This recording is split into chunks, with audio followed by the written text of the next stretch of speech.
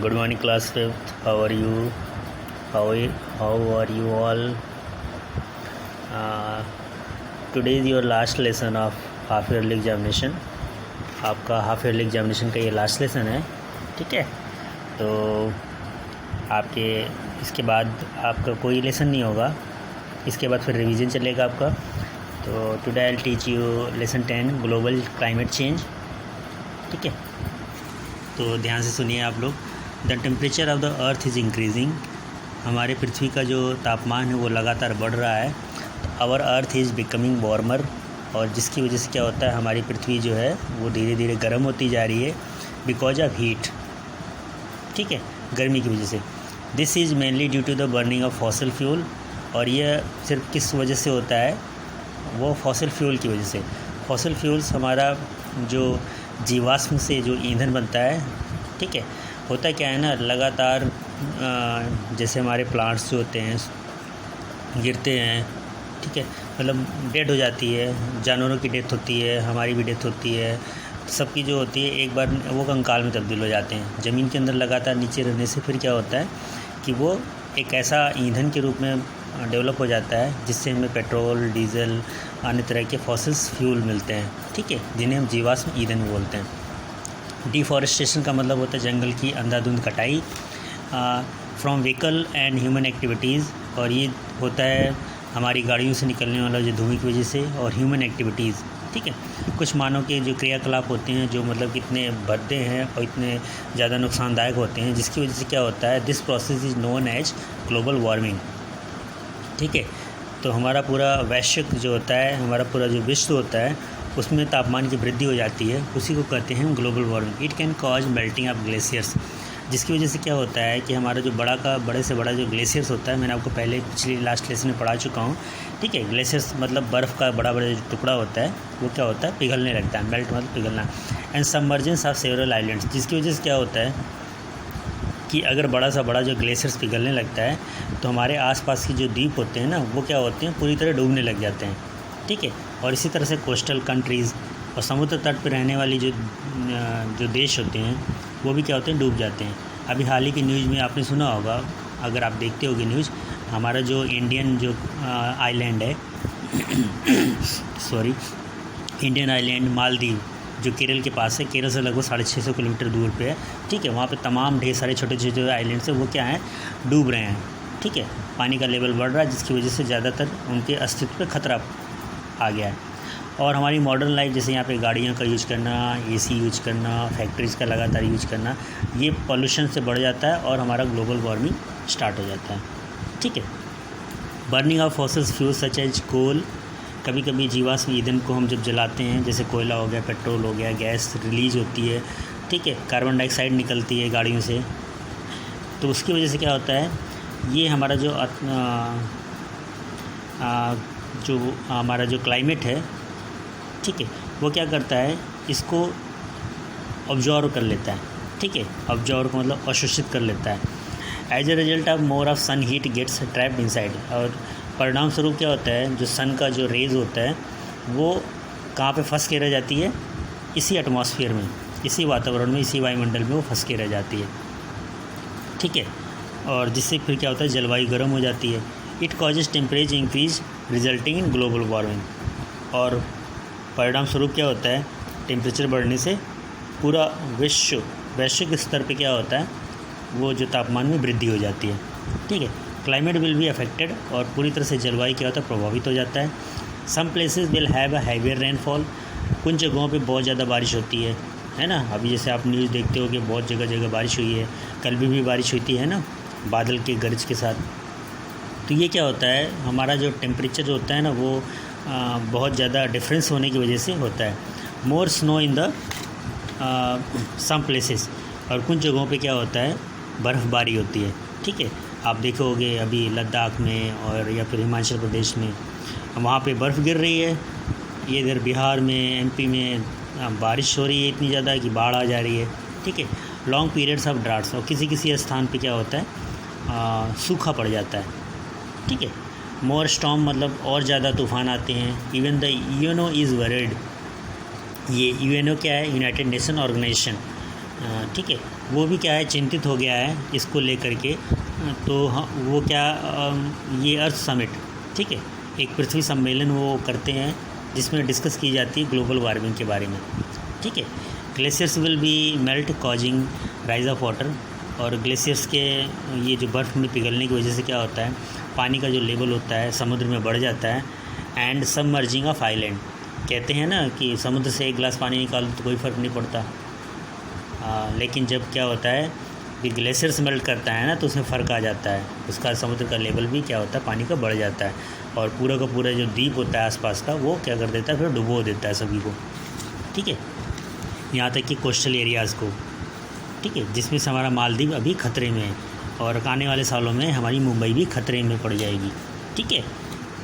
Mention भी है book में आपके कहीं ना कहीं कि 2050 तक हमारा जो महाराष्ट्र है, महाराष्ट्र में स्पेशली मुंबई, वो क्या है, पूरी तरह से डूब जाएगा। सिर्फ किस वजह से, ये पानी का लेवल बढ़ने की वजह से। नेक्स्ट है ह्यूमन फैक्टर। ह्यूमन फैक्टर मतलब मानव संबंधित जो कारक बनते हैं। Large scale use of oil, बड़ी मात्रा में जब हम पेट्रोल का यूज करते हैं, ठीक है, फॉसिल फ्यूल्स उसी को कहते हैं, जीवाश्म ईंधन को ही पेट्रोल डीजल को ही बोलते हैं। रिड्यूसिंग ऑक्सीजन लेवल, जिसकी वजह से क्या होता है, ऑक्सीजन का लेवल कम हो जाता है। नेक्स्ट पेज पर आइए। डिमांड फॉर एनर्जी रिसोर्सेज, और लगातार मांग ज़्यादा होने की वजह से क्या होता है, इंक्रीजिंग डे बाय डे, ये लगातार इसमें जो है वृद्धि हो रही है। Human are the key factor in changing the chemistry, और इसके जो मुख्य हमारे जो कारक माने जाते हैं वो हमारा ह्यूमन फैक्टर ही है, ठीक है, खुद स्वयं मानव ही है, जिसकी वजह से केमिस्ट्री है, रासायनिक अभिक्रिया या कंपोजिशन ऑफ एटमॉस्फेयर, हमारे वायुमंडल का जो घटक है उसमें लगातार हमेशा कुछ न कुछ रिएक्शन चल रहा है, ठीक है। क्लाइमेट इज़ बिकमिंग एक्सट्रीम, हमारा जो जलवायु वो क्या है, बिल्कुल एक्सट्रीम लेवल पे आ गया है, ठीक है, मतलब अब कंडीशन जो है बहुत क्रिटिकल कंडीशन होने जा रही है। Temperature and rainfall records are being broken every year, आप भी सुनते होंगे कि प्रत्येक साल हमारा जो तापमान है या फिर बारिश का रिकॉर्ड तोड़ रहा है, ठीक है। बारिश मतलब बारिश का रिकॉर्ड, मतलब अभी जैसे इस साल बारिश हो रही तो अगले साल और ज़्यादा बारिश होगी, ठीक है। इसी तरह से टेम्परेचर, गर्मी अभी मतलब टेम्परेचर बढ़ गया है तो अगले साल गर्मी और ज़्यादा होगी। Cold areas are experiencing heat waves, यहाँ तक कि जो ठंडी जगह है वहाँ पर भी क्या होते हैं, गर्म थपेड़े, लू जैसे बहने लगते हैं, ठीक है। जैसे हिमाचल एरिया में वहाँ पर भी क्या होती है, कभी कभी गर्मी बढ़ जाएगी। यहाँ पे देखिए कुछ पिक्चर बने हुए हैं मेल्टिंग ग्लेशियर्स, यहाँ पे देखिए ये है बड़े बड़े बर्फ़ हैं, ये पिघल रहे हैं, और ये देखिए कुछ ज़मीन का हिस्सा ना पूरी तरह से सूखा पड़ गया है, ठीक है। फ्रीक्वेंट स्टॉर्म मतलब प्रायः लगातार आंधी आना, आप हमेशा सुनते होंगे नॉर्थ अमेरिका में और साउथ अफ्रीका में आंधी आ रहे हैं, ठीक है। चाइना के अंदर देखो कितना बड़ी तबाही हो रही है। वोल्केनो एरप्शन का मतलब होता है ज्वालामुखी में विस्फोट होना या ज्वालामुखी का फट जाना। The impact of climate change on rain is more important, ठीक है। तो ये जो प्रभाव हमारा जलवायु पर पड़ता है, जिसकी वजह से क्या होता है, एक्सेस रेनफॉल, भारी मात्रा में बारिश होती है, कॉजेज फ्लड, जिसकी वजह से बाढ़ आ जाती है, स्कैंटी रेन, या किन्हीं की जगहों पे क्या होती है, बारिश बिल्कुल नहीं होती है, तो जिसकी वजह से वो एरिया क्या हो जाता है, पूरी तरह से सूखा पड़ जाता है। नंबर ऑफ़ स्टॉर्म्स, और लगातार आंधी आने की वजह से फ्लड हैड इंक्रीज्ड, ठीक है। बाढ़ की वजह से क्या होता है, बाढ़ भी बहुत ज़्यादा बढ़ जाती है, ठीक है, आंधी की वजह से जब ज़्यादा आंधी आती है। Poor and developing countries suffer most from climate changes, और इस तरह के जलवायु परिवर्तन की वजह से क्या होता है, सबसे ज़्यादा जो प्रभावित होते हैं वो डेवलपिंग कंट्रीज़ होते हैं, ठीक है। These countries are not prepare to face disaster, क्योंकि इस तरह के जो देश होते हैं वो ये जो चुनौती होती है, चुनौती या डिज़ास्टर मतलब बड़ी जो आपदा होती है वो झेलने की कंडीशन पे नहीं रहते हैं, ठीक है, उनके लिए बड़ी मुश्किल हो जाती है। What we should we do to reduce the global warming, ठीक है, हमें क्या करना चाहिए कि जिससे ग्लोबल वार्मिंग कम हो जाए। तो replace your light bulbs with the electric fluorescent lamp, okay. तो यहाँ पे कह रहा है कि हम जितने भी घर में जो बल्ब होते हैं, जो नॉर्मल बल्ब होता है ना, कैंडेसेंट बल्ब, उसको हम चेंज कर देते हैं किससे, CFC से। CFL जो लगाते नहीं है, CFL, वो फ्लोरेसेंट लैम्प ही कहलाता है, ठीक है, जिसे हम कॉम्पैक्ट फ्लोरेसेंट लैम्प बोलते हैं, उसको शॉर्टकट में CFL बोलते हैं।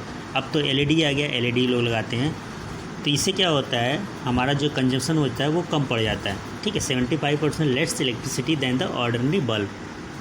ठीक है, cut down the use of electrical appliances. इसके अलावा हम जो अप्लाइंसेस यूज करते हैं घरों में, जो हमारी सहूलियत के लिए जो जितनी भी चीज़ें हैं, मशीनें हैं, उसका भी कम से कम यूज करें तो क्या होगा, हमारी ग्लोबल वार्मिंग कम होगी। Keep the house cool in summer, और गर्मियों में हम अपने हाउस को ठंडा रखना चाहिए। Use public transport. ठीक है, और गाड़ी, खुद की गाड़ी नहीं यूज करके हम पब्लिक वाले ट्रांसपोर्ट यूज करने चाहिए। Don't use electricity when not required, और हमें जब ज़रूरत ना हो तो हमें सब कुछ स्विच ऑफ कर देना चाहिए। ओजोन होल क्या होता है, अपर एटमॉस्फेयर। ठीक है, हमारे ऊपर वायुमंडल में एक लेवल होता है जिसे स्ट्रेटोस्फियर कहते हैं। ठीक है, एक लेयर ऑफ ओजोन प्रोटेक्ट्स। उस स्ट्रेटोस्फियर में क्या होता है, एक ओजोन की लेयर होती है जो प्रोटेक्ट करती है, हम लोगों की रक्षा करती है। किससे, अल्ट्रा वायलेट रेज से। ठीक है, क्योंकि सन के अंदर अल्ट्रा वायलेट रेज होती है, तो वो क्या होती है, वहाँ पे फिल्टर हो जाती है उस ओजोन लेयर से। Chemical and fertiliser industries are responsible for the production of chlorofluorocarbons. ठीक है, ये क्लोरोफ्लोरोकार्बन्स हमारे फ्रीजर के अंदर भी पाया जाता है। ठीक है, इसीलिए आपको बताया गया है कि ज़्यादा से ज़्यादा अप्लायंसेस का यूज़ नहीं करना है, आपको मिनिमम फ्रिज का यूज करना चाहिए। ठीक है, जब ज़रूरत ना हो तो उसको बंद कर देना चाहिए और थोड़े टाइम के लिए चलाना चाहिए। इस तरह से क्या होता है, CFC का जो एक्सर्शंस है, मतलब जो उत्सर्जन होता है वो कम हो जाएगा। ठीक है, तो लगातार रासायनिक और ये जो हम उर्वरक फर्टिलाइजर्स यूज करते हैं इंडस्ट्री वाला, तो इससे हमारा क्या होता है, हमारा क्लाइमेट जो होता है वो प्रदूषित हो जाता है। तो CFC is responsible for the breaking the ozone layer, और CFC भी एक कारक माना जाता है जिसकी वजह से हमारे ओजोन लेयर की डिप्लीशन होती है। ठीक है, next acid rain. When rain false through polluted atmosphere. इसमें बताया है कि जब भी बारिश होती है किन जगहों पे जहाँ पे एटमॉस्फेयर बहुत ही गंदा हो चुका है, बहुत ही प्रदूषित हो चुका है, तो उसकी वजह से क्या होता है, इट अब्जॉर्ब सम पॉल्यूटेंट्स। बारिश के दौरान क्या होता है, वो पानी जो है उस प्रदूषित एलिमेंट्स को क्या कर लेता है, ऑब्जॉर्व कर लेता है जब बारिश हो रही होती है। तो इसकी वजह से क्या होता है, वो जो बारिश हो जाती है वो एसिड में चेंज हो जाता है, जिसे हम एसिडिक रेन कहते हैं। ठीक है, इसलिए कहते हैं कि जब भी गर्मी में पहली बारिश होती है तो उसमें क्या है, भीगना नहीं चाहिए। ठीक है, अपने आप को बचाना चाहिए, क्योंकि जो पहली बारिश होती है वो एसिड रेन होती है, और ये प्रदूषित वातावरण के संपर्क में आकर के पानी नीचे गिरता है।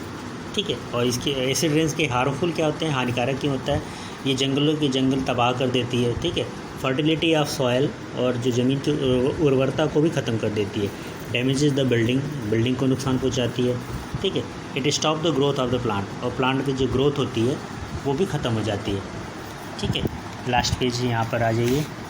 यहाँ पर देखोगे पिक्चर बना हुआ है, बाढ़ आई है। ठीक है, समुद्र में इधर बाढ़ की वजह से, जैसे आजकल बिहार में कंडीशन बनी है, लोग डूबे रहते हैं आधे से ज़्यादा, ये ऑलरेडी मैंने बता दिया। सूखा का स्थान है, और ये सेम पानी, ठीक है, जिससे सब कुछ डूब गया है।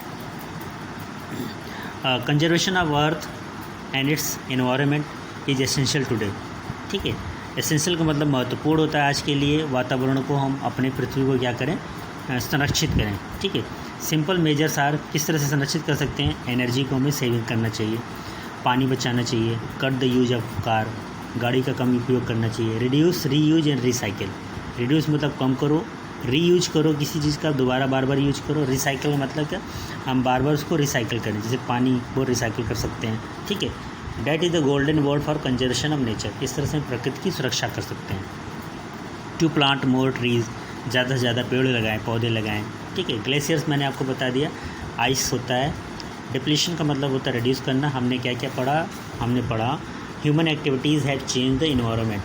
मानव के क्रियाकलाप ही हमारे वातावरण को क्या कर रहा है, बदल के रख दिया है। ग्लोबल वार्मिंग क्या होती है, ओजोन लेयर का जो धीरे धीरे क्षय होना, डिप्लीट होना, effect the environment of change, जिसकी वजह से हमारा वातावरण चेंज हो जाता है। कार्बन डाइऑक्साइड क्या करती है, वो हमारे हवा में जो टेम्परेचर होता है उसको क्या कर लेती है, पूरी तरह से फंसा देती है। ठीक है, कार्बन डाइऑक्साइड को वातावरण से बाहर निकलने नहीं देती, और हमारा फिर वातावरण क्या हो जाता है, गर्म हो जाता है, इसे ग्लोबल वार्मिंग कहते हैं। Acid rains harms plant, animals and building. और ये जो एसिडिक रेन होती है, ठीक है, एसिड रेन मतलब अम्लीय वर्षा। एसिड जैसे घरों में कभी कभी साफ़ सफाई के लिए यूज होता है ना, तो लगभग वो वैसा ही होता है कि जैसे ही स्किन पे पड़ेगी वो जला के राख कर देती है, ठीक है, स्किन पूरी तरह से जल जाती है। ये सारे एक्सरसाइज मैं आपको नेक्स्ट अलग से पेज में भेज दूँगा, ठीक है। That's all then, thank you बच्चों, thank you for watching and have a good day to all of you. चलो फिर।